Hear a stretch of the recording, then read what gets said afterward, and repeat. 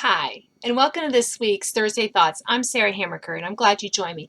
Today I want to talk about the phrase, don't get me involved. 60 years ago, mothers had a life of their own. We weren't waiting around for the children to need us. We were out having cocktails with neighbors, chairing committees, whipping up jello molds with one hand tied behind their backs. Involved in their children's lives? Not on your life. My mother certainly wasn't. She had plenty to do, and it didn't mean taking care of me constantly when I was old enough to not get into trouble. Fast forward to today, and most moms are over-involved in the minutiae that is their children's lives.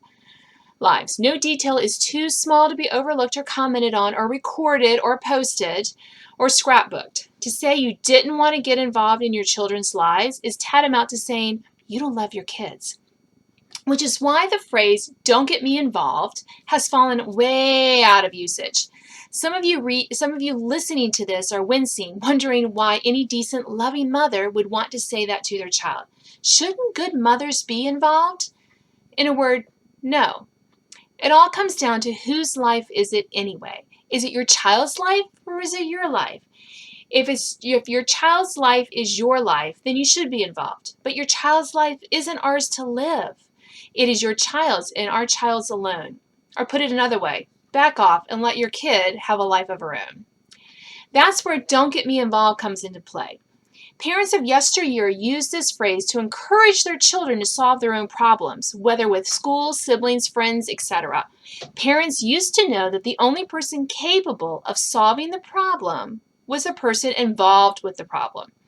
In other words, when a child has a problem, the child is the only person responsible for solving the problem. The parent shouldn't just step in because the child doesn't want to solve the problem. The parent shouldn't shoulder that responsibility of solving the problem because the child doesn't want to or says he can't. The only person capable of solving the child's problem is the child. That's the beauty of don't get me involved. Telling your child when he comes to you with a problem, don't get me involved, reminds the child that it's his problem, not yours, and that your involvement will not solve the problem, but instead will create a more uncomfortable situation with the kid. This works especially well with sibling conflict. The only ones who can solve sibling conflict are the siblings involved in the conflict. Telling said siblings, don't get me involved, gives them more incentive to come to a conclusion that satisfies all involved. Now, my kids know. They don't know that I love this phrase. They don't want to get me involved because when mom gets involved, their lives are not their own anymore. If you are not solving the problem and you're creating a problem that you are not solving, and we've talked about, it's not like I don't talk to my kids and help them to come up with solutions for various things that may come up, but they know if I get involved, they're not going to like it. I will solve the problem for them, but often it involves curtailing their freedom, putting more restrictions on them, and they don't want me involved. So they'll often come to me with their problem or I'll bring something up. Like, for example, one of my sons, my 6th grader, was not completing his homework. And I looked at him, I said, do I need to get involved?